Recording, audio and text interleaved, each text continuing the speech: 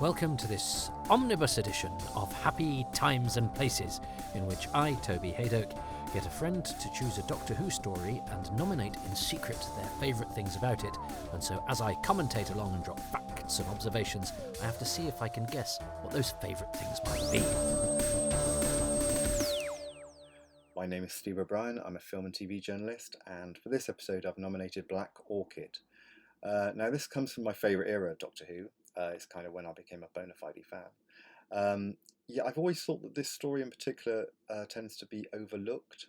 I think all of those Davison two-parters, The Awakening, Black Orchid, The King's Demons, they tend to be dismissed as a bit lightweight, I think, next to these kind of meteor four-parters. But I think there's something beautifully compact about all of those, and particularly this one. I think the reason I love it so much is the fact that it feels so confident in being so different. Of course, we all know it's the first purely historical story since the Highlanders, but of course we have to get to the end of the story for that to become clear. But it's also refreshingly low stakes. It feels very much like a palate cleanser after the visitation and before the hardness of Earthshock. And I sort of love its inessentialness. It reminds me very much of those Agatha Christie adaptations from the time that I remember loving, like the Seven Dials mystery. And although it's not exactly a whodunit, it has all the trappings of a prestige Agatha Christie adaptation, and it looks exquisite. I don't know if those sets were cannibalised from other better budgeted drama shows, but those two episodes, they just look so handsome, and it makes Doctor Who look properly grown up. So there you have it, Black Orchid. That's my choice. Well, hello everybody. Welcome to this latest edition of Happy Times and Places. I've moved this one up the schedule.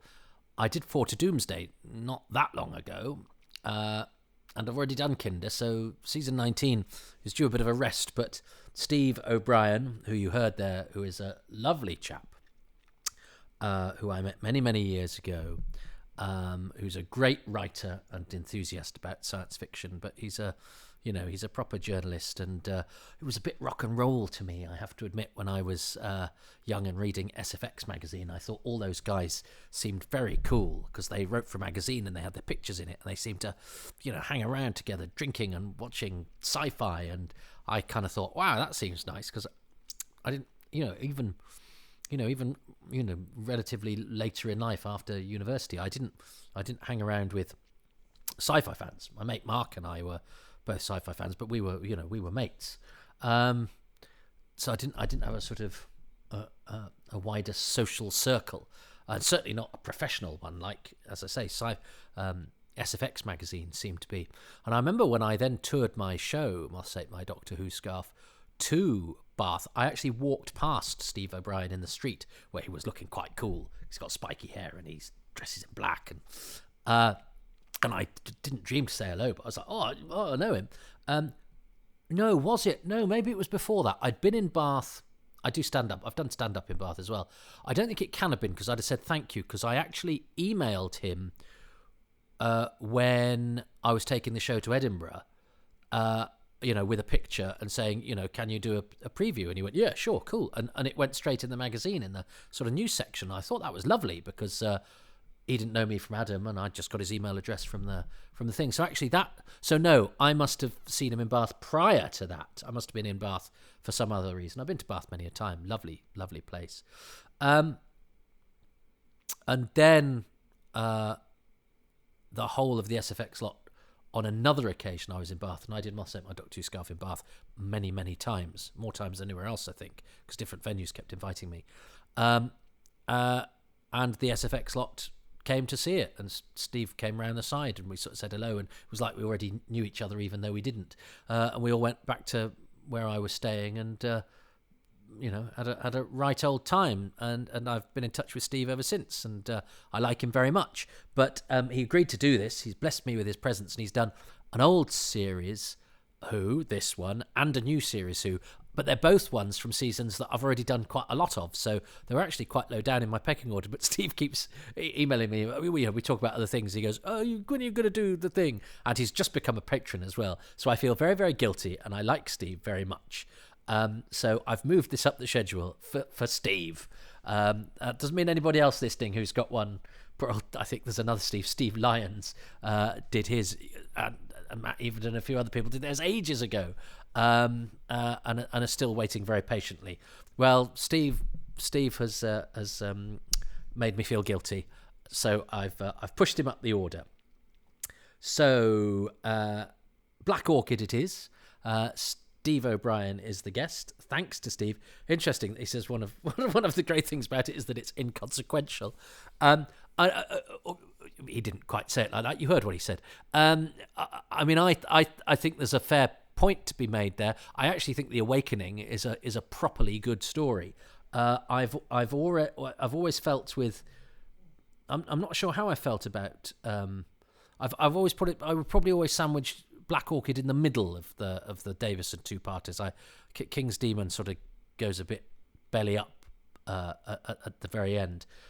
It's a curious thing, this, that we're about to watch. So, whereas Bernard, my dog, is watching his own reflection in the French windows and doesn't seem to be entirely happy. Lie down, Bern, because Dad does go watch Doctor Who. Yeah. So, I'm going to watch Black Orchid. You going to watch Black Orchid with me, Bernard? Do you want to come here? Do you want to come over here? No? Do you want to come over here? No? He's sort of sitting in that sort of curious limbo between doing something. He's not going to relax like that. Right, Bernard, well, let's see if Black Orchid will put you to sleep. It's a funny old thing, Black Orchid. I'm not sure how we're going to get on with it, but let's find out. Let's go back to 1982. And so I'm going to press play in 3, 2, 1.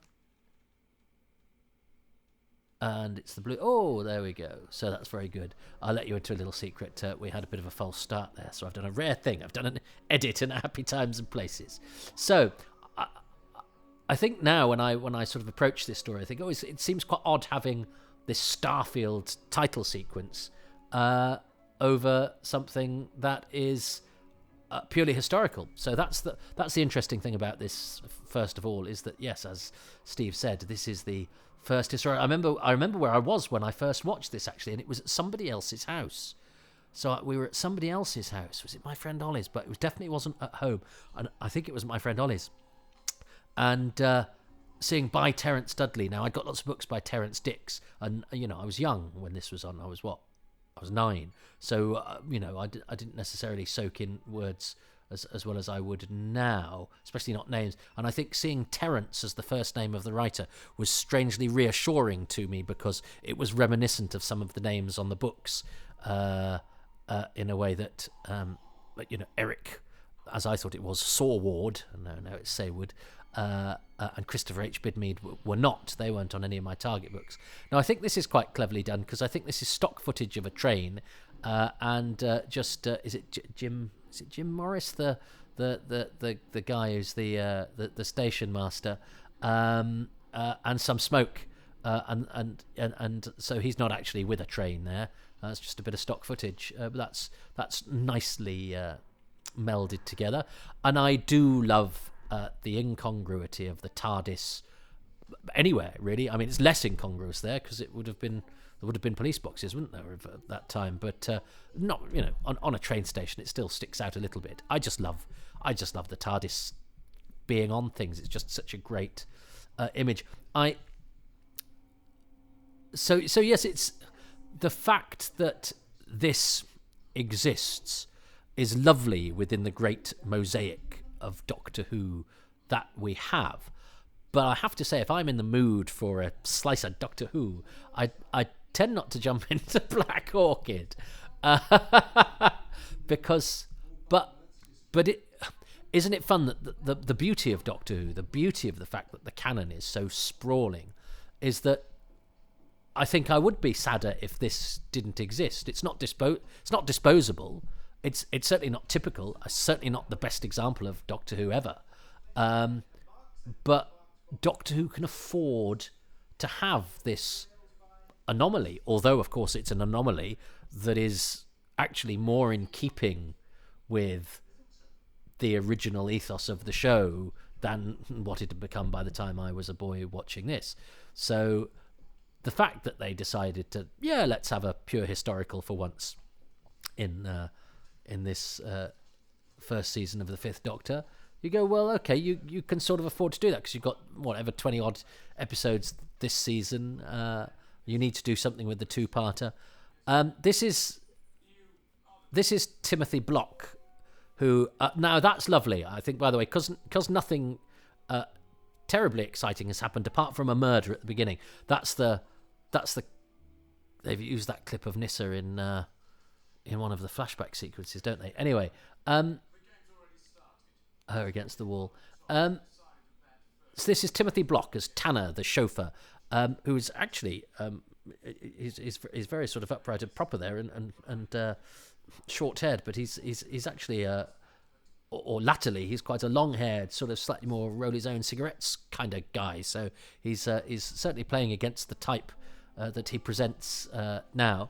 And he is the brother of Giles Block, who is Teal in The Dominators. So they are one of the rare brother combinations, not like Hugh Morton and Clive Morton from The Seeds of Death and The Sea Devils, who aren't brothers, even though I have foolishly, on occasion, suggested that they are. So this is beautiful looking stuff, and yes, not an awful lot has happened. We've had a murder at the very beginning, but I think that's very nicely done. That, are you the Doctor? And he's like, what? Hang on. And Nissa's obviously slightly discombobulated this lovely chauffeur, so we've set up a little bit of mystery, even though the story's had quite a lot going on yet. I mean, you wouldn't have that opening TARDIS scene now, I don't think. Please, goodness no, because not an awful lot happened, and it wasn't. I don't think everyone was necessarily acting at their best.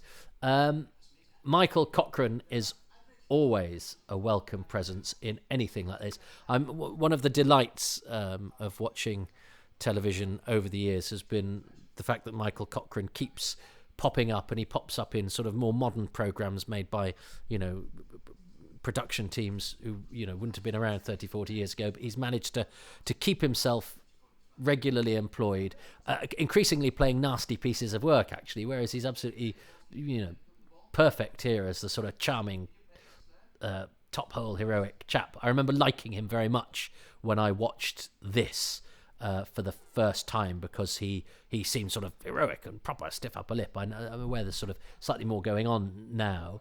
And of course, this is perfect for Davison's Doctor because he's dressed in his cricket gear. I mean, I suppose it would have seemed like a missed opportunity if you dress your Doctor as a cricketer and he never actually gets to go to a cricket match. But and I like cricket. I love cricket, and I do like the idea of cricket being in Doctor Who. But I can't say I was wild about. Was I? I can't remember.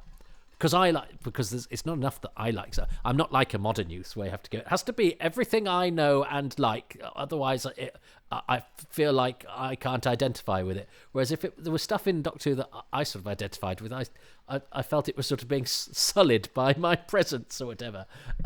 So because I like cricket and played cricket, I'm not sure I was that wild about cricket being in Doctor Who. And partially because you're watching this and you're going, is this Doctor Who? I mean, this is so far we're in the middle of a cricket match, but anyway, it's very nicely done. It looks lovely, and Doctor Who and cricket are two very British institutions with their idiosyncrasies. The fact that they appeal to some people who love them very much and absolutely baffle whole other sections of society, and of course the BBC does this sort of thing very well. These I love the way when she says the Empire of Truck and Barbara Murray looks away as if to go, I'm vaguely embarrassed because I don't really approve and it's slightly foreign. I think that's a beautiful thing, and when you have actors like Barbara Murray and the sublime, the exquisite Murray Watson, who I had the pleasure of meeting and exchanging letters with on several occasions, that this thing is in this sort of thing is in their DNA. So they give you that's where Davison bowls an extra middle stump as well. Very good. If there's a drinking game you can have now in this episode, and they're not always brilliantly captured by the cameraman, the blocking's something slightly awkward, but you can see what they're aiming for. Every time Nyssa and Adric look at each other and shake their heads in bafflement at something that's been going on, that is 1920s speak or cricket speak. The umpire unhelpfully moves out of Davison's way when he goes to clap him on the shoulder there. As an actor, I would be really annoyed with my fellow performer not reading what I was about to do there and actually backing off and then making me look like a bit of a plonker. Because Davison looks like he's being all matey with the guy who's then slightly out of reach. Beautiful house. I mean, as I say, the BBC and this country have all these sorts of wonderful backdrops that we can have for this sort of thing. And Tony Burrow is the set designer. And I think Steve mentioned in his intro, didn't he? Was this cobbled together from other the sets? Well, Tony Burrow became an Oscar winner and is one of the premier designers of Doctor Who of this period. So he does an excellent job. I loved that stuff as a young fan. They mentioned the Master. Oh no, they mean W.G. Grace. But you have to do that in this story because so far not an awful lot Doctor Who is happening. I was surprised they didn't sort of say, we were just saying to the neighbours, Yartek, our neighbours, the Vards, yes, Yartek and Mary, they're the Hampshire Vards. How many? There's another. Adric and Nyssa being confused by the things. I mean, that sort of comedy of manners stuff is, it's all right, but it's to a laughable extent here. It's my, I think my second favourite drinking game next to the times that Nicolas Cage looks sad when somebody's or the wrong person has died in Con Air. He does it a lot. He does a kind of and it does a little shake of the head as if to say, I may be hard and I may kill people myself, but I get a bit upset when the wrong people die. Now this was manna from heaven for me as a boy because Nyssa was my favourite companion. I really loved Sarah Sutton because she's very pretty, and I was 9, and and I loved her velvet costume as Nyssa. So I was in love with Sarah Sutton, and so to have two of them, and I think she does a very good job. She gives Anne a different vocalization. She's very good at this sort of period drama stuff. But this is a bit weird because, we have another comedy of manners where Nyssa wants a screwdriver, which is a vodka and orange, isn't it? And Lord Cranley goes, yeah, no, I don't think you can have one of those. You're a child, even though you're the spitting image of this woman who I'm about to get married to. So that means this woman's not old enough to have alcohol, but she is old enough for a Cranley boffing, and I'm not sure. And now we discover not only is Michael Cochrane about to get hitched to somebody underage. Prior to that, she was his brother's squeeze. So, I mean, what was from the cot? I mean, how long was this going on? And also, I mean, it's a pretty gnarled family tree, isn't it? So my brother, I mean, as we discover, the brother's upstairs in the room, but the brother's gone missing up the Amazon. So he decides to say, well, now, as he's gone up the Amazon, should we just get together then? I mean, I look almost exactly the same as him, so not make much difference, is it? It is. So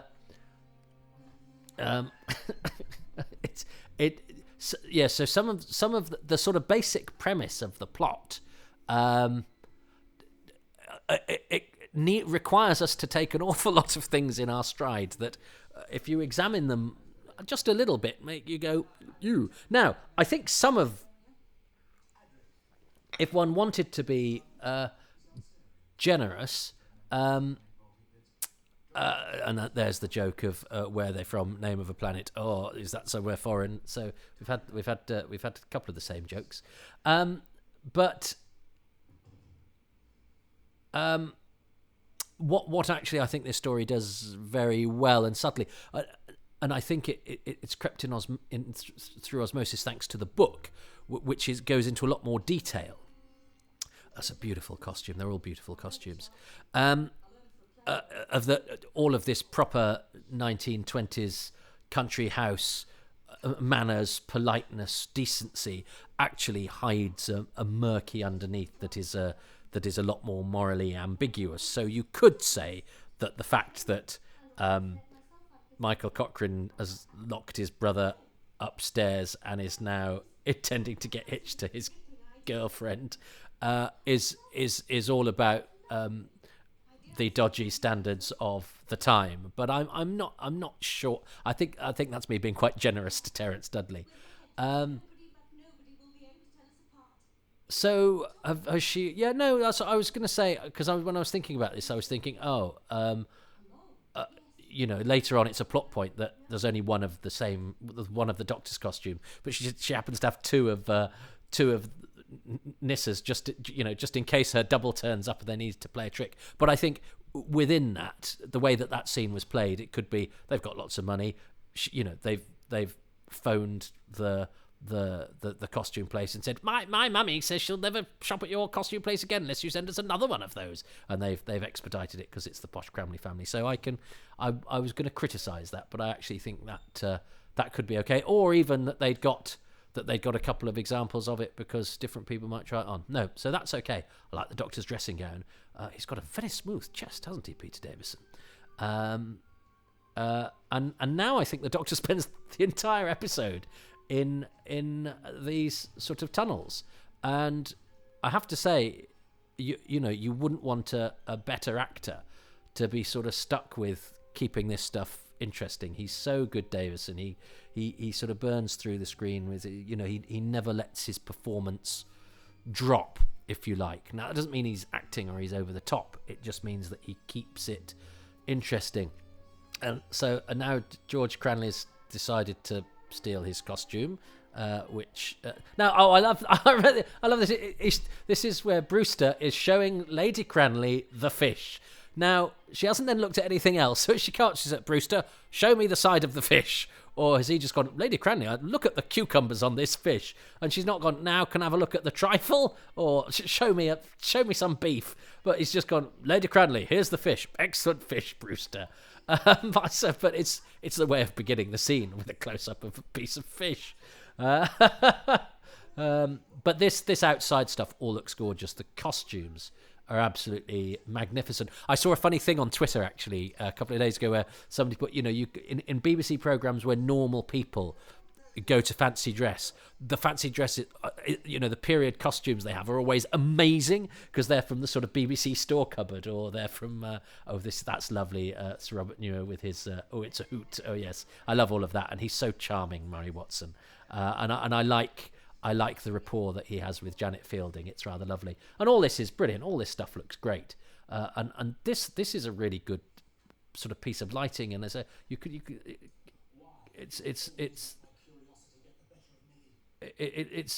only a tiny little sort of cutaway set, but a shaft of light, the cobweb in the wind. It looks really good, and because you've got these half masks on. Sarah Sutton, and Vanessa Payne is the double for Sarah Sutton. You can get away with shots like this where both of them are in shot, and I think the way that they disguise Nyssa and Anne, and the way that they do the sort of clever setups where they where we have both of them very quickly one after the other. It's easier on film, of course, because each shot is set up differently, but they do it well in studio as well. I do like these two. I do. I think you could tell that Janet Fielding likes acting with Murray Watson, and you couldn't not. He was such a nice and charming fellow. I had a lovely letter from him many years ago, and we wrote back. He wrote back a couple of times, and he said some lovely things. He was so delightful. and I'd had a bit of a knockback about something, and I just sort of shared that as part of a sentence in my thank you, saying, "Oh, anyway, and he actually took the trouble to write back and say, he actually said what he said was, "You are either an eccentric or a fanatic, but either way, more power to your elbow." Oh, that's Fernand Monast, that dancer. He's the scientist who gets shot in the bit I like in The Two Doctors. Anyway, he said, yeah, Murray Watson said, "You're either an eccentric or a fanatic, but more power to your elbow. The world would be poorer without such people." And I just thought that was such a lovely thing to write to me, and which was very, very kind of him. And I got in touch with him again many years later, when I picked up again on my Quatermass book. And I actually went to his house and spoke to him in his house in Barnes. And he was a charming, charming man. And I spent a morning in his kitchen, and I showed him a picture of Black Orchid. He couldn't remember a thing about it. I did like him. He was so nice. So yes, what was I talking about? This, I think I lost track somewhere along the lines of what this story is. Well, it doesn't matter. I've lost track. So whatever that thought was, I'm sure it was very good. Yes, so actually those dancers, yes, there's Fernand Monast, who's the scientist in The Two Doctors. There's also John Asquith, who's one of the is the front end or the back end of the Merker, and Adrian Gibbs, the Watcher, are amongst the dancers in that outside stuff. Now, I don't normally remember the names of all of the extras, but somebody had asked me about Fernand Monast for something. They were looking for him because he was an extra in something else. Or no, maybe it was for this. Maybe it was for the season 19 box set. Somebody was wanting to identify extras for some reason. I haven't read the production text. Maybe they do it for that. But if they do, I helped. Janet Fielding's very game with this. And because Sarah Sutton's a dancer as well, isn't she? And I think Vanessa Payne, who played Other Anne, she could do with being interviewed. I was like, the box set is out. It's a shame when they did the... Oh, you can see her. There's a right close-up of her there. Oh, you can definitely tell that's Vanessa Payne. That's not Sarah Sutton. Goodness me. But they could have done with interviewing her for the making of. I'm sure they tried. But she would be somebody who I would be interested to see, talking, speaking, and the face of, seeing as she's mostly obscured for this. I'm also quite keen to do a positive commentary for Black Orchid, because I think the commentary on the DVD of this is rather sad, because poor old Sarah Sutton's there going, I really like this one because I'm two people in it, and Janet Fielding and Peter Davison just basically steamroller and go, hang on a minute, we need to say how terrible this is. I think that's a bit of a shame, because you can tell that she's trying to say nice things about it.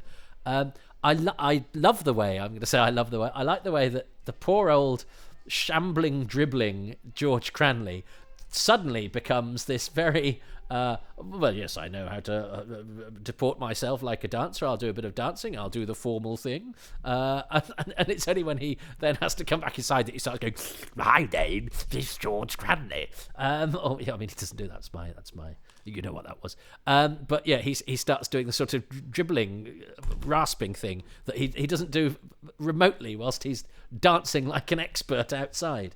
That's one of the things where I think, for all this story has great economy, it also has very broad brushstrokes that I think it, struggles to get away with, if I'm honest. It makes up for it with the excellent production values, superb cast, the fact that it has this charm of being, yes, this sort of historical interlude, but in terms of the actual storytelling of it, I think Terence Dudley takes some hellish blooming liberties. I would have been interested if they'd also not done a radiophonic score. I think it would have been really novel to have actually gone, let's just have it with contemporary instruments. I don't know if that it's all because it is a bit of a slightly science fiction-y score, and I think Doctor Who, the advantage that Doctor Who has over other programs is that it can. Certainly then, you can go from one style of incidental music, one story, to a completely different style the next, particularly prior to John Nathan Turner going back to the Radiophonic Workshop, which he did the season before this. If this had been certainly the first three Doctors, the music could be unrecognisable from one story to the next, and would have been bold, I think, to go, let's have a non-electronic score for this one. I love that costume that I presume this is Gareth Milne currently wears, but Davison wears as the Doctor's fancy dress. I think it's a really fantastic design, and it's one of those things that's sort of both beautiful, but also it's got a slight Michael Myers thing about it. It's got the sort of the impassivity, but it's also got the sort of Robots of Deathy thing, is that it's quite beautiful to look at, but the impassiveness makes it unpleasant. Now, you couldn't. I don't think you'd do it today, where a female character sort of gets you into or out of a scene by fainting. As the only women would do that sort of thing on telly in those days, and I think I don't think you could do that now, and quite rightly so. But it's amazing what a trope it was. All right, Bernard, you can go outside in a minute. Bernard wants to go out the back. He wants to go and have a little run down into the bottom of the garden. Maybe he's seen a cat. But he will have to wait, because I have to choose my favourite thing from Ahmed Khalil. I need to talk about him as well. The unknown is Gareth Milne. Well, I mean, it's not that much of a mystery who the guy upstairs is, because otherwise you'd have just put Jim the Shambler or whatever, because you have to hide his identity. Well, there's only one person who's sort of been referred. Oh, unless it was Smutty Thomas, I suppose. That's why he couldn't come to the cricket. Smutty Thomas, one of the great unseen characters of Doctor Who. So, Tony Burrow, excellent designer. Right, let us choose what is going to be... All right, Bernard, give me a couple of minutes, mate. What is going to be our favourite thing about Black Orchid Part 1? I think it's got to be... I do like the cricket match. All I said about my self-loathing. I like the fact there's a cricket match in Doctor Who. I actually think it's quite fun. But you see, you've always got that on. But what would the casual viewer think of having a cricket? Never mind that self-loathing Magoo. If you enjoy watching a cricket match in Doctor Who, enjoy watching a cricket match in Doctor Who. And I do, even though that umpire annoys me. And Davison's obviously having... Although Davison has said in interviews, hasn't he, that he's not actually a great fan of cricket. But I totally buy that his Doctor is really in his element and really enjoying that, and that's quite fun, and it makes a bit of sense of the fact that he's dressed as a cricketer, which I don't think is a great thing about this era, is that the Doctor has a costume associated with one particular sport. I've done a whole podcast about cricket in Doctor Who. Have a listen to that. But we are excited, although it is a beautiful costume, and it's a fantastic costume. Love the trousers and the look, but it's the jumper. It just ties it to cricket and nothing else. Anyway, so I like the cricket. I love the cast. I think the film work is all very good. I think the costumes are amazing. But I think what really works, they do it very well and subtly. I love the fact that there's two Nisses, there's two Sarah Suttons, because as I say, I was in love with Sarah Sutton, and I think they aren't too self-conscious about it, but they very cleverly integrate the two Nissas, and Nissa and Anne, and it's actually rather well done, especially as in the studio that would have been a bit of a pain. So yeah, Nissa, the two Sarah Suttons, and the way that they are orchestrated into the drama, and I'm going to find out what Steve thinks after I've let Bernard out. Oh, come on then, Bernard. So, episode 1. Now, I thought about singling out the set design, but that's a bit generic. So I'm going to go for the scenes where we see the Fifth Doctor playing cricket. I love the fact that this Doctor, who's sort of gussied up like some 20th century cricketer, and then, oh look, he ends up at an early 20th century cricket game. I mean, what are the odds? But I just love the look. I love the fact that Davison just looks so happy in these scenes. And sometimes it genuinely looks like Ron Jones is filming Peter Davison playing cricket. and that's Davison's ecstatic reactions, not the Doctor's. So that's my favourite moment from episode 1. Yes, well, I said that, didn't I? But I then didn't choose. Didn't choose it. I actually think we say it looks like it's Davison enjoying himself, but as I say, Davison has gone on record saying he's not actually that bothered about cricket. So I think we think, because we've got those pictures of Davison at charity cricket matches and stuff, I think we think it's Davison having a good time. But I think that's because Davison is such a damn good actor that we think, oh, well, that's just real. Well, no, it's real because Davison is so good. I think Davison is underrated as a character actor. I don't think he's, yes, he works all the time as an actor. And I think, he has a good career and is highly thought of within and without the profession as an actor, as a leading man. But I think he's a really good character player too, and I think he's more than he appears. A lot of good leading actors are very much what they appear, and that's it, and they do a particular thing very well. I think there's much more to Davison than his sort of pleasant, open leading man face sometimes leads us to believe. I think he's quite deceptive. I essentially chose it, except I then said something else. So I've discussed all the things that I agree with Steve there, really. I don't know why I said when I was watching it I wasn't particularly happy with cricket being in Doctor Who. I don't know if that's not a false memory. I certainly like cricket.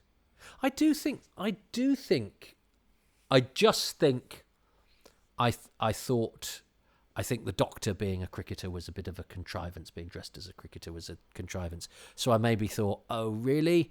But I like cricket, and so I therefore like cricket being in Doctor Who. Of course I do. I just need to let go of some of my insecurities of the past. Ha ha ha ha. Yeah, it's a funny old thing, Black Orchid, isn't it? But that was jolly. Plenty there to enjoy. Enjoyed it more than I thought I would. I think it's partially because I was talking over some of the... Because I do remember that some of the performances in the opening TARDIS scene. As I say, we're not some of our best loved characters and actors at their best, and I think there are some steaming old plot liberties taken by Terence Dudley and some dubious setups, but there was plenty there to enjoy, and it's a wonderful production. Well done, Ron Jones. Well, it's got wonderful production values, so maybe well done, Tony Burrow, and is it Rosalind Ebbott who did the costumes? And it's the BBC. That's what you have when you have a corporation with an infrastructure and people who've learnt the trade and and have the materials and all of that sort of stuff at their disposal.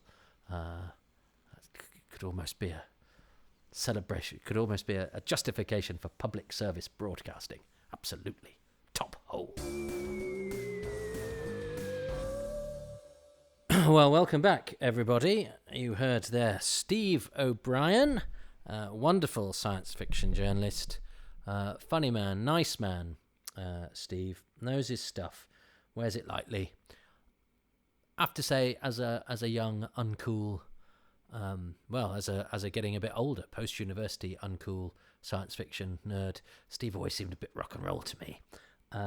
So I hope some of his rock and rollness rubs off on my corduroy hide, on my tweedy aspect is sprinkled with some of his stardust, his spiky-haired stardust. Anyway, thanks to Steve, such a nice chap. Glad he's done this. But he's chosen Black Orchid. And I've moved it up the order because Steve wanted to know when I was going to do one of his. So you're going to have to wait for, spoilers, Boomtown, because I've done quite a lot of Ecclestons as well. There aren't many Ecclestons left. They were snapped up very quickly. So Boomtown and Black Orchid, never one to follow the herd, was Mr. O'Brien. But that's, I think, partially because Steve got a list that was slightly depleted. Anyway, let us see what Steve and I make of Black Orchid Part 2. And I am going to press play in 3, 2, 1. I've pressed it. It's just taking ages now. And now I've got the blue circle thing. So it's going to go in 3, 2, 1. Nope. There we go. Started now. Oh, right. Anyway, so there we go. So you're probably out of sync already. And this story is out of sync with much that surrounds it. So we've just come from, I suppose we've just come from another historical, a semi-historical in The Visitation. So, back in time. And I think Doctor Who does do well going back in time, because I love I love the futuristic being grafted onto the past, especially all of that stuff that the BBC does so well and that British actors do so well. Having, part of Doctor Who is about, shoving the unexpected onto a recognisable template in a way. Yeti on your loo in Tooting Bec, time travellers in your Miss Marple mystery. And yes, and of course we used to do these sorts of things very well. I mean, they continue to be popular, don't they? Down, I remember everyone, being surprised by the success of Downton Abbey, and it's like, well, that's the sort of thing we've done really well all the time. We just didn't for a bit. And they travel well as well, because this is what, I'm sure there are some Americans who still think that Britain's pretty much like everybody in this country is pretty much like everyone in this story. And I believe there are. I mean, there are still, I'm from the countryside in the middle of nowhere, and I know there are people who live in these sorts of big old houses who are probably slightly out of touch with what's going on in a city, Manchester, for example. But there we go. That's a nice mystery, the dead man in the cupboard. Although we actually know who he is and what's happened to him. So Ahmed Khalil, who is Latoni, she manages to maintain her dignity while doing this, Barbara Murray. But also, I think there is a certain sense of going, I'm on the edge of insanity here. But Ahmed Khalil is in the brilliant Gangsters by Philip Martin, and I think ends up eventually having top billing, because Maurice Colburn gets his credit at the end of the opening title sequence, and the wonderful music and the sort of Birmingham city landscape with that music. And Ahmed Khalil, gets top billing because it's a very multicultural show, and he's brilliant in it as this sort of policeman. And he's the main guy, really, who helping the lead, Maurice Colburn, and it's a great moment for him. He's still around. I think he makes lots of films abroad now, but he was still going. But he's had an amazing career, and of course had to obviously probably come in and do a lot of ADR work for this, because I think that scene where he's talking to Lady Cranley in part one, it's obviously all done in ADR, post dubbed. I don't think Latonia is the best part for dear Mr. Khalil, but he's a good actor, and it's nice that he's one of the many to have etched his name on the Doctor Who notice board, as it were. For somebody who's lost his mind, George Cranley is pretty cunning, isn't he? I mean, he's worked out this whole plan to disguise himself as the Doctor. Learn how to stand up straight and not dribble for a Charleston. You couldn't be bored by Murray Watson. What a charming gentleman. He was very, very old by the time I visited him, and was very stooped. And his house in Barnes, but he's in the Quatermass Experiment, and he's actually not very good in it. I think it's the only time I've ever seen him not be particularly good. But it's a very early performance from him, and he couldn't quite work out why he'd been given the part in the Quatermass Experiment, because he then doesn't do another telly for a while. And he disappears after episode 2 as well, and he's a bit too large. But thereafter he calmed himself down, and he is an effortlessly charming performer, very good at this sort of acting that he does in this. Great for brigadiers and military men and chief constables.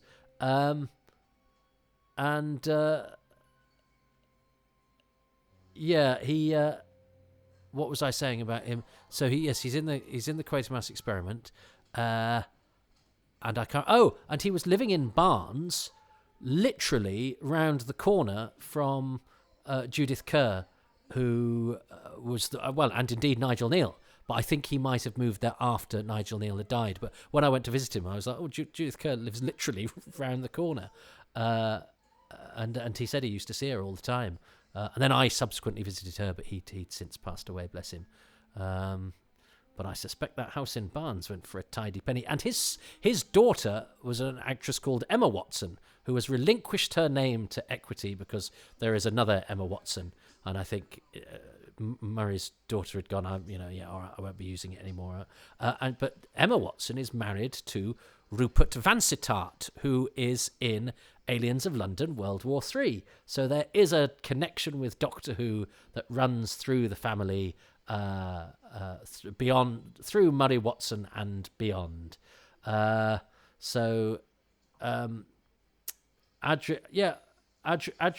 Adric's, they've decided that Adric hasn't got much to do in this story. Love the fact he's still got his badge for mathematical excellence on his costume. He says he hasn't had breakfast and then picks up a spring onion. If you haven't had breakfast, the last thing you want to cleanse your palate with is a spring onion. I wonder what it is that Brewster whispers to Lord Cranley, and because he doesn't have long. He says, "Somebody's died. I think you better come with me." But yeah, they've decided Adric hasn't got much to do in this story, so they think, well, let's just make him greedy because he's so charming otherwise. Let's give him an annoying character trait. It is in keeping because he does ask that nice lady for cheese in State of Decay, doesn't she? In case the performance is being so charming that we're 2-1 over. Now, I always say it's a terrible thing. I'm quite fastidious about personal hygiene, and I think George Cranley with his dribbling, and I shouldn't, and I don't think he can brush his teeth very well. I think you'd know if a dribbling madman had been wearing your mask. I mean, when Davison does that running gag in Warriors of the Deep, where he goes, "What have you been eating?" I'm surprised he doesn't put the mask on here and goes, "Who has been dribbling in my fancy dress costume?" But there we go. That's just me thinking about things like that. I like the fact that, they do that wonderful thing, don't they? Where I think we've just missed it, where. They said, Sir Robert, doesn't he, says, well, what about the other one? No, that was the other one, or something. I.e., suddenly going, oh, these, they're not us, and suddenly the bonhomie and the hospitality becomes you're actually from elsewhere, and I think and it's nicely done by Murray Watson, because again, it's sort of suggesting. Yeah, there is a sort of slightly dark undercurrent to this proper Englishness, and which of course this story is about, because Lady Cranley now is wants to maintain a particular facade. For a bit, and this is quite nice how the Doctor is suddenly in hot water. I think he even says that, doesn't he? That suddenly that thing of, I can just sort of storm in and win people over, but the minute something goes wrong, the fact that you don't know my name, the fact that I don't have any identity, the fact that I can't really explain where I come from, suddenly means I look really suspicious. And so this is really good, because suddenly the Doctor's being painted into a corner by nothing, and Sir Robert Muir is actually here not being particularly unpleasant. He's all a bit sort of fair play, isn't he? He's like, come on, mate, have you got any idea? We have to do this properly. So it's not even like he's a psychotic ship's captain or something who's gunning for the Doctor anyway, or a paranoid crew who just want to pick on obviously the one person that they don't know.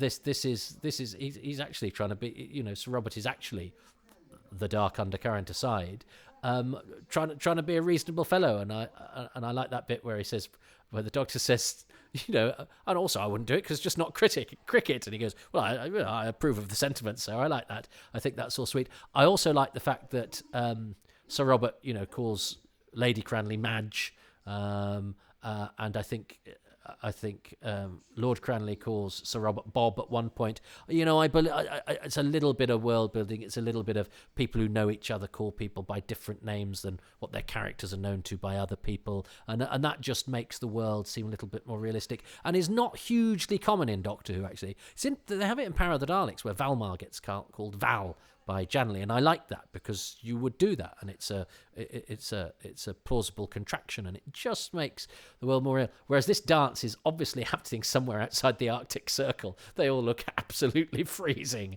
That's like dawn on I was going to say Mars, but I think Mars is probably quite hot.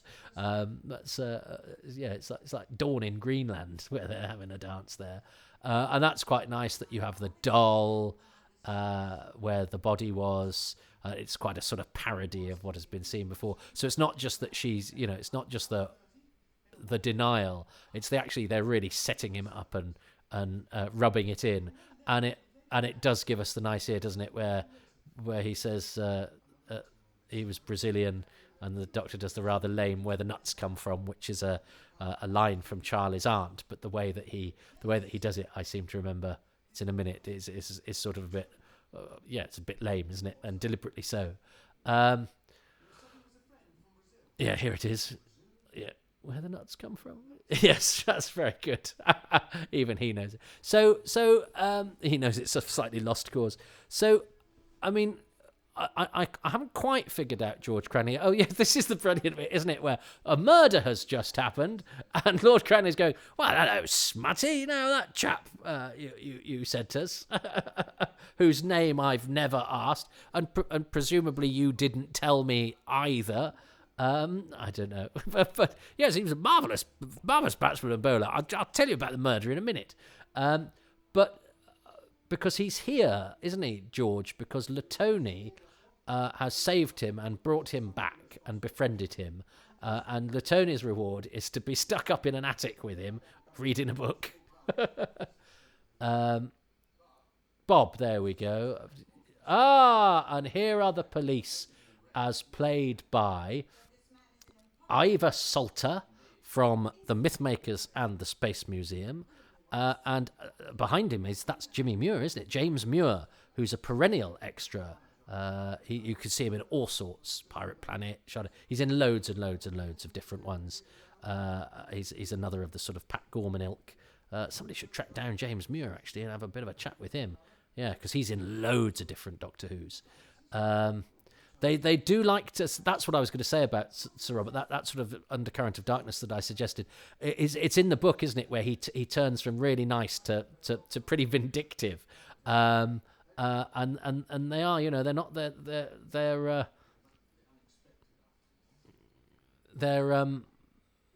not sparing in what they're intending to do, having been so hospitable, but. How many times does he escape? Does he escape all the time, George Cranley, or is this just a particularly unlucky day? Because he's escaped twice in very quick succession.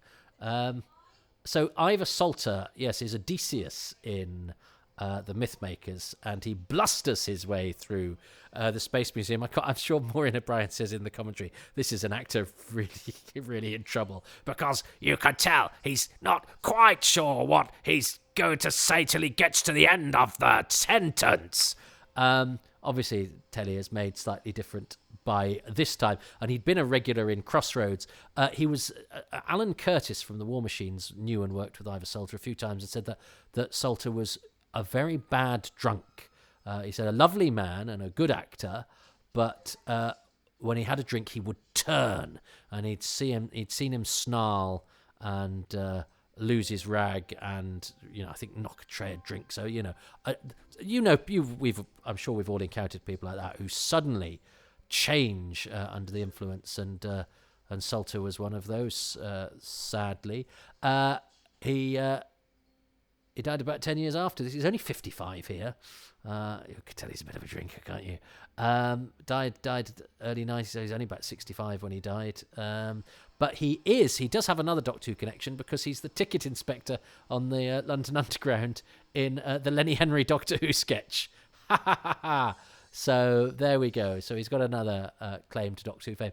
But this is a really odd way of storytelling, isn't it? So how do we get them to believe that the Doctor's not a murderer in this story that is entirely historical? Well, let's get him to demonstrate that he's from time and space. I mean, you know, this story could have been told without the Doctor ever having to let on that he's an alien. And in fact, I think it might have been better for it. But instead, he just sort of goes, well, if I show you if I'm from space, will that kind of explain everything to you? Which is a really odd storytelling beat, especially as Lady Cranley is now telling Lord Cranley the entire truth. And he's going, well, so actually that's the whole case rumbled. And Lady Cranley's going, oh, no, he'll be fine because he's innocent. So everybody's motives for doing what they're doing are a bit muddled, I'd say. Oh, you saw Timothy Block then, and he's not credited in this episode. So I'd have had a word with my agent about that, because I'm there present in the episode, even if I'm not speaking. I'm hired as an actor. I'm not an extra. Oh, so anyway, he does that. He does that very well, actually. I'm a salter. There won't be any room. I like that, but I think that's a really odd story bit. If every time the Doctor went into history and was in trouble, he'd say, "Shall I show you that I've got a spaceship?" So Latoni, who has very kindly saved George Cranley and somehow transported him from Brazil to here, the first thing he does when he escapes is kill him. And you could say, okay, his mind is bent, as Lilo would say. So except for when it comes for dance-based subterfuge. But there we go. I've got to accentuate the positive. But Terence Dudley's an odd fish, isn't he? I'm not quite sure how Terence Dudley ended up. I mean, it's odd. He's one of those rare people, isn't he? Because he's rare people. He's written and directed for Doctor Who. But as with 40 Doomsday, which I found rather charming, this does do some rather odd beats, I would say, for a Doctor Who story. Strike Me Pink, bless him. This is Andrew Tyrrell, who was a very useful sort of light comedy actor who was in sitcoms. He was in No Place Like Home, and he was a regular in Waiting for God. Who he knew Daniel Hill very well, because Dan Hill was in both of those series I just mentioned, and I know Daniel, and he said that Andrew just got a brain tumor and died very young, 57, in the early 2000s. So cut very short, sadly. And you know, as I say, had a useful career that you could have in the sort of 70s and 80s on BBC television as a sort of light. Charming light comedy presence. Strike Me Pink, and he's quite fun in this. It's quite a nice little cameo as is it Constable Cummings. Oh, poor old Anne. Now the house is on fire. Is this what George? Oh, I see. Yes, he's burnt the door down in order to get out of the door. It's a good job he's played by a stuntman, isn't it? But he's burnt the door down to get out of the door, which again is, of course, it's because he's mad. He's mad, so he's mad. I would question the Cranleys keeping George upstairs with his hands and legs tied up. As actually, it's 3 times he's escaped, isn't it? Because he escapes at the very beginning to kill Digby. Then he escapes to go and do the dance, and then he's escaped again. That's, one you could think was carelessness, but 3 times. I like the way that she does this line here. That thing, as you call him, is my eldest son, George. I like the way that she does that. Barbara Murray has a lovely a tremor to her voice, and she was a terrific actress. She's beautiful in The Planemakers. She's Patrick Wymark's wife, who he treats very badly. All the women are treated very badly in The Planemakers. If you've never seen The Planemakers, there's lots of men shouting in an office, but it's marvellous. Everyone drinking and smoking at lunchtime and yelling at each other about business and affairs. It's great. And this is all done, this is all very nicely done with economy. It's a beautiful house. So the house is on fire. Just bunged a smoke machine on the top, haven't they? Gareth Milne, playing the unknown, is a stunt man. I've never seen him interviewed. He's another one that needs to be interviewed. There's lots of people from this story that should be interviewed. It's not going to happen for the Blu-ray now. Oh, I think Alex Moore might have interviewed Gareth Milne, but I'm surprised he hasn't, because he was Davison's stunt double in Androzani as well. I'm surprised. I'm surprised he's. In fact, I think that's Gareth Milne as well, climbing up and being Michael Cochrane's stunt double too. I was pleased that Michael Cochrane's character, that Lord Cranley, was doing the heroic stuff here, because, as I say, I was very taken with him as a kid. He was my idea of what a sort of dashing hero type should be. And isn't it nice here that while this is happening, Lady Cranley and Sir Robert sort of explain the plot to each. Well, she explains the plot to him for our use whilst the action is getting to the point where we need to see it. So I mean, it's quite. It's not particularly artfully done, is it? But it's very handy. Info drop, just in time for Lord Cranley to get to the top of the house. Well done, though. It could be a steeplejack if it wasn't for all your inherited wealth.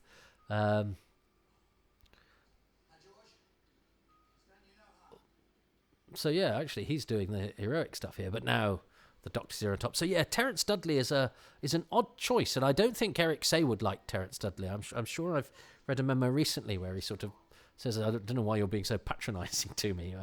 They were arguing about feedback, I think, and so. I mean, actually, it doesn't take that much to resolve the story, does it? That's a beautiful red piece of ivy or whatever it is on the back of the thing. Anyway, don't be distracted by plants.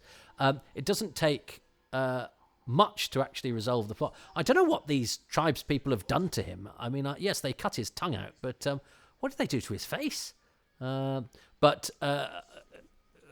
think my partner, were she watching, would have something to say about, the depiction of disability and difference and all that sort of thing, which again, like women fainting, is a sort of trope. Is people who have physical deformities are have to have a sort of broken mind and be somehow subhuman in other ways, and it's a depiction that does not age well, and even now on television there's often the person with the melty face is the bad one because their motivation for being bad is because of their melty face, which says a lot about how we view what is, in inverted commas, different.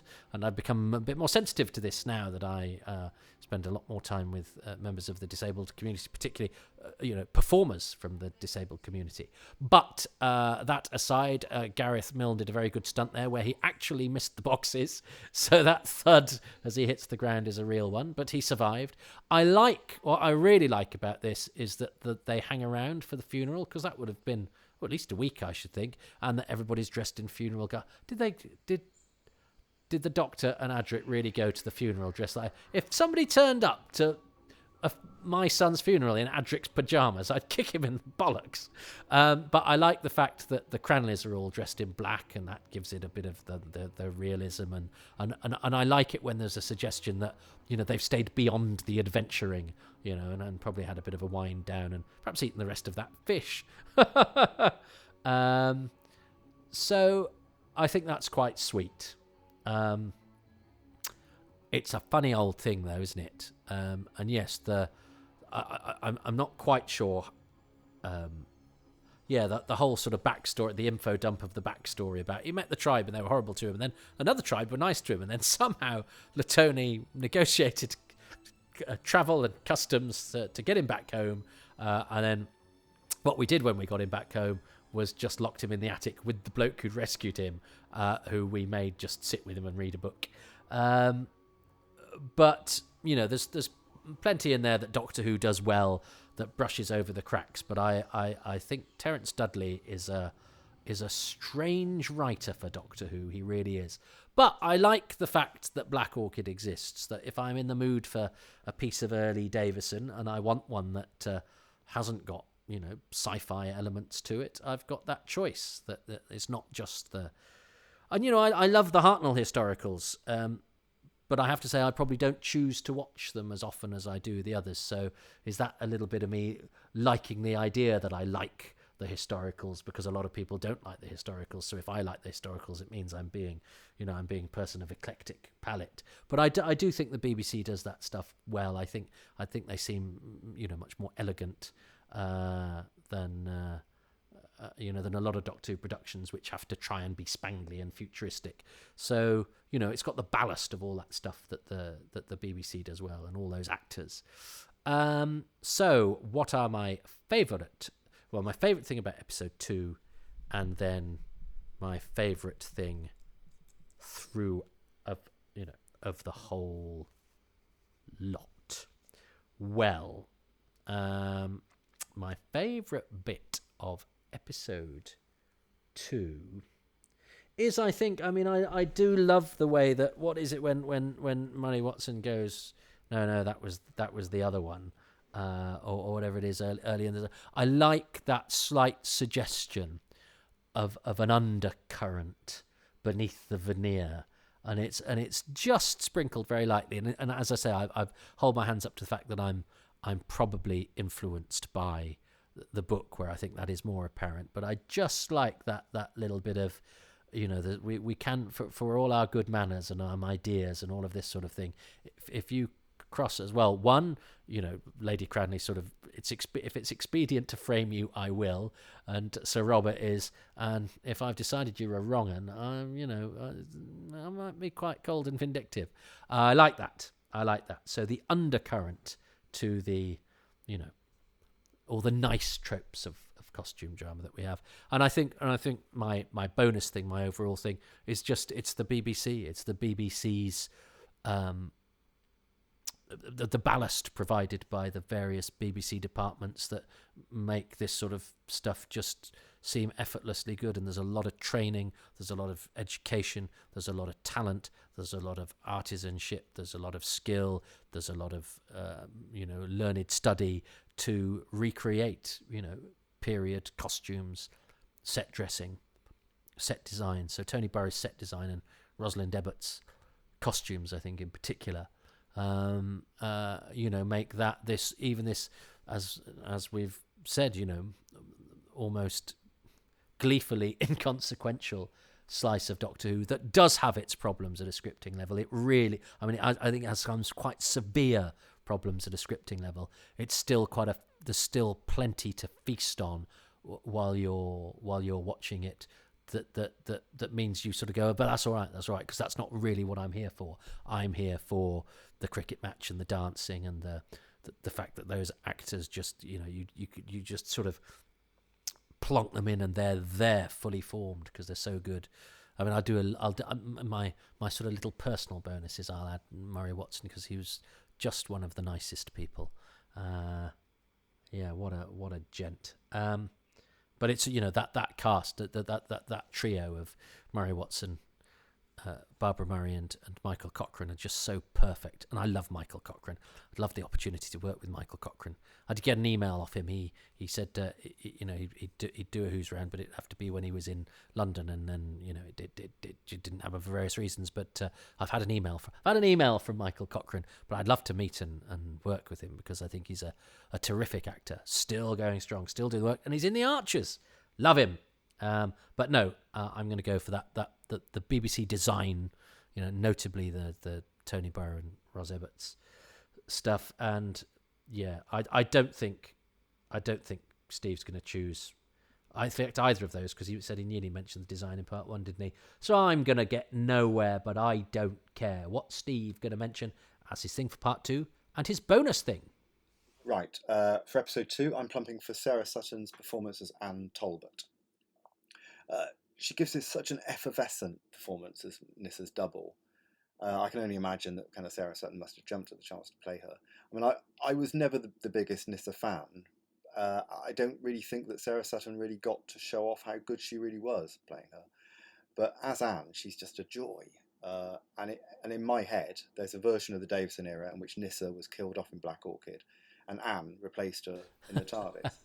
And I just love the idea of this flapper debutante encountering Daleks and Cybermen and Tractators and everything being a jolly wheeze. If only. Well, I'm gonna come into that now because he's left a pause like a true pro. Well, I mean, I mentioned Nissa and Anne as my thing for part one, and I think he's right. I think Sarah Sutton is a better actress than she's allowed to be in Doctor Who often. I mean, it's telling that she has a ball in Arc of Infinity when it's just her and the Doctor, and I know that Peter Davison sort of wanted to keep her on because he thought he worked particularly well with her, and I love that. And what did he say? Flapper debutante. He's got a good way with words, hasn't he? Anne travelling with the TARDIS crew, I think, is a cracking idea. They could have probably done that, couldn't they? That was the final swap. Oh well, they've gone off in their TARDIS. Now I can marry you, Anne. Anne, are you sure? Oh, that would have been brilliant. They could have left it on that note. That would have been hilarious. But yes, that's a good choice. I couldn't really have chosen that for my episode 2 because I sort of chose that for episode 1, but I'm not sure I can give myself a point for that because I was more about... I mean, I did mention that I think Sarah Sutton is very good at differentiating the two characters, but I think I was a bit broader than that. I don't know. If you want to give me a point, if the independent podcast ombuds people want to give me a point for that, they can. And what's Steve's bonus thing going to be? Okay, now for my bonus favourite thing from Black Orchid, I'm going to go for Adric's gluttony. Oh.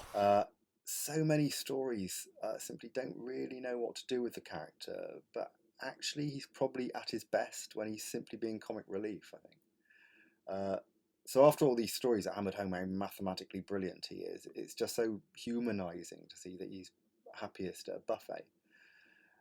And if I was moved at all a few weeks later by his death, it probably had a fair bit to do with kind of loving him in this story. So yeah, Adric and his love of cold cuts, that's my bonus.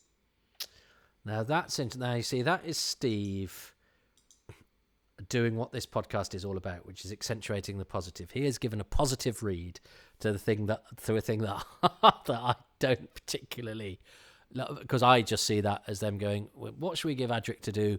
Let's give him a personality trait. What do we think we should give him a personality trait that makes him more likable? Oh no, because he's got likability in spades. Let's give him a personality trait that'll make him a bit annoying. Should we? Do we not? Have we not got the annoying thing? No. But you see, Steve has spun that, or has rationalised it for himself, or has enjoyed it in a positive way. So good, Steve has. Well, had truly beaten me there, because he's beaten me to the ethos of what all this is about. I mean, it's astonishing, really, is that's Adric's final flourish before his death story. Isn't it bizarre as well that Earthshock is next? That's the beauty of Doctor Who. It's gone from that, and yeah, what Adric does in that, to then throwing him full steam ahead to his final doomed adventure. And we've gone from that, all flappers and screwdrivers and Charlesons into, gloomy corridors, squelchy android death and marching Cybermen in silos. Love it. Love a bit of Doctor Who. That's why it's such a great show.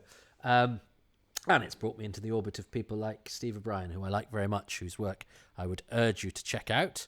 He manages to mix, erudition and knowledge of the subject with a good turn of phrase and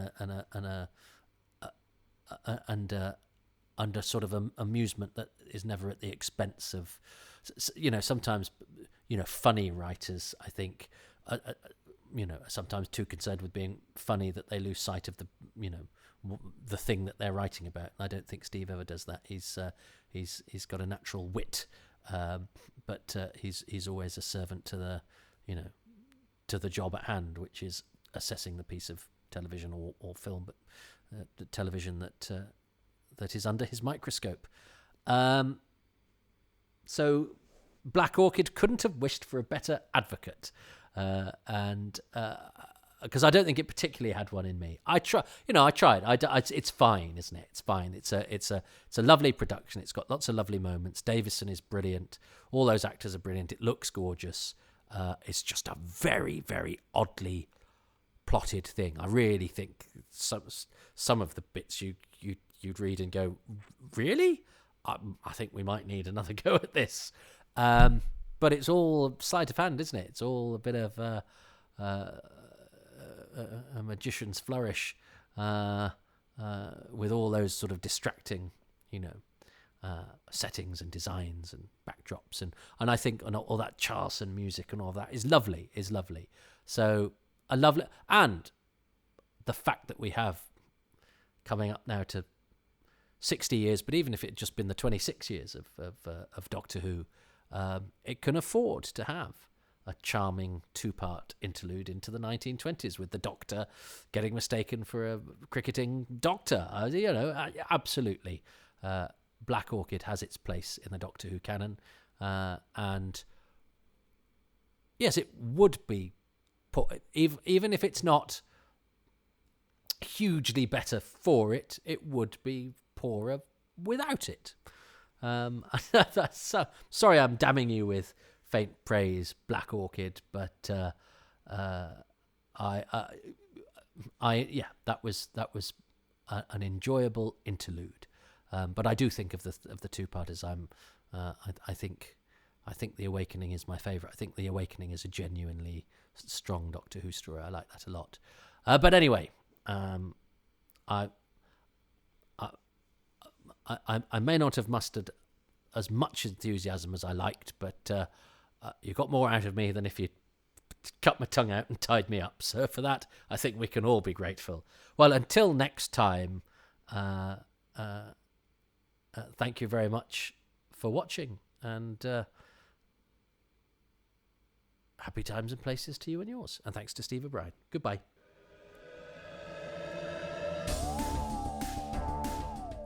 Well, thanks ever so much for listening to Happy Times and Places. Enjoying a screwdriver with me, because we're both grown-ups, was Steve O'Brien, who can be found on Twitter at Mrs. Stephen M. O'Brien, at Mrs. Stephen M. O'Brien. My name is Toby Haydock. I'm grateful to Steve and to the patrons who make these podcasts possible, and they include Tim Arding, Nigel Bromley, Paul Cook, Richard Chalk, Peter Chamberlain, Grant Davidson, John Deere, Chris Dunford-Kelk, Paul Dunn, Jason Gorman, Siobhan Galichon, Paul Harris, Chris Hyam, Ian Key, Joe Llewellyn, Philip Marsh, Nathan Martin, Roland Moore, Rick Moran, Kevin Murdoch, Graham Knott, Adam Parker, Barry Platt, Risto Matisolo, Frank Shales and Ruben Herfindahl. The music is by Dave Gates and the artwork by Dylan Patterson.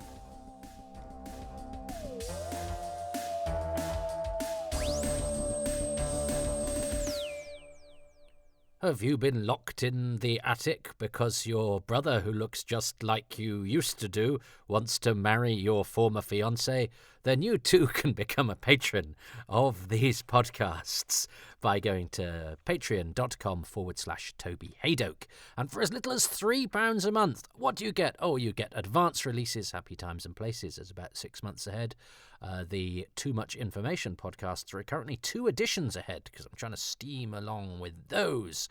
And the Indefinable Magic podcasts are again a month ahead, and the Far Too Much Information podcasts, well, they're exclusive to patrons, as are behind-the-scene looks at the DVD and Blu-ray documentaries and commentaries and various other things that I get up to, as well as other bits and bobs of exclusive photographic and video material at patreon.com/Toby Haydock. There's usually 3 releases of some form or another during the week, as well as a 4th release, which is pictures of my dog. But, I don't really count that, even though it's what a lot of people like best. Patreon.com/Toby Haydock. For as little as £3 a month, the tiers go all the way up to, well, whatever you want, really. And whatever tier you're on, you can get a 10% discount if you sign up for a year in one go. The tiers, by the way, don't really change what you get access to. All of the material is available at the £3 tier. There's just a few little sort of Patreon-flavoured trinkets as you go up the ladder. I'm not really selling them, are you? Because I'm trying to make it as egalitarian as possible. Pay what you want, but everything is available at the lowest tier. Now, the monthly commitment thing in this day and age is tricky, especially with so many other things to distract you. So if you want to support these podcasts in a more arbitrary fashion, go to kofi.com/Toby Haydoke, and you can just throw a few pennies into my hat whenever you like. Or you can just give these 5-star ratings and good reviews on Spotify, Podbean, Apple, just everywhere you can. If you give these nice reviews and ratings, it really helps to separate them from the crowd. Thanks very much. It's all social media these days, isn't it? Well, I'm on Twitter @Toby Haydoke. I'm on Instagram @Toby.Haydoke. I'm experimenting with videos there, so there's plenty to look at. And some of it's quite funky, and it has different fonts and editing swishes and everything. And I have a YouTube channel. Please subscribe to that. And I have a Facebook page too. These podcasts have their own Twitter feed @Haydoke Podcasts. And also my weekly comedy night Excess Malarkey in Manchester is every Tuesday at 8 p.m. And that too has its own Twitter feed @Excess Malarkey.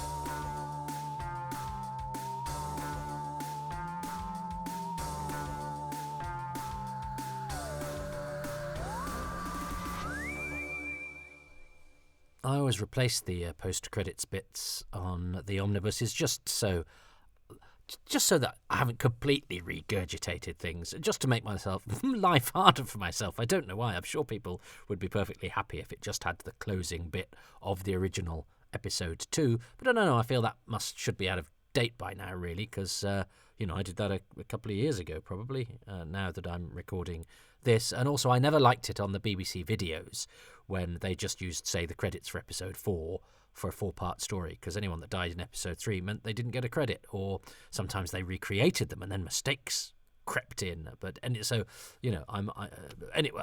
I'm never happy, basically. But I think to just use the end of episode 2 for the end of the whole omnibus would be like using the end of the last episode for... That wasn't just actually official videos. Sometimes when you got the bootlegs, people who cut off the opening and closing credits in order to get more on their video machine would cut off the credits for episodes 1, 2 and 3. And that has paved the way for the television we have now, where credits shrink and you can't see them and it's all disrespectful and horrible. So I think it's a hangover from all of that I go, no, I must do I must redo the credits for the closing. So the opening, the introduction to this, and the closing credits are different from those on the original releases of episodes 1 and 2 of Black Orchid. And the omnibuses have credits, and indeed this post-credits, all their own. Aren't I a tedious man?